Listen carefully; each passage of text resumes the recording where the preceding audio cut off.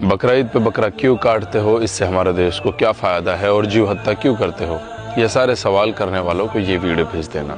पहली बात तो ये कि इससे कोई टैक्स नहीं भरता, किसी नेता की जेब में पैसा नहीं जाता, इसलिए इससे सबको दिक्कत है और सबसे ज़्यादा फ़ायदा होता है गरीब आदमियों को।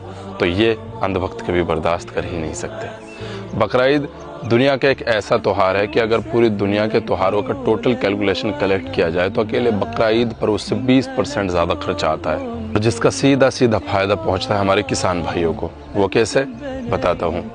चलो सबसे पहले हम हिंदुस्तान ही को लेकर के चलते हैं, जहाँ 20 करोड़ मुसलमान रहते हैं और इसमें अगर सबसे छोटा आंकड़ा लगाएं तो ये मान लेते हैं कि 10% लोग सिर्फ कुर्बानी करते हैं, और इसमें भी अगर सबसे छोटा आंकड़ा लगाएं तो ये मान लेते हैं कि 10,000 रुपये का एक बकरा कुर्बान करते हैं।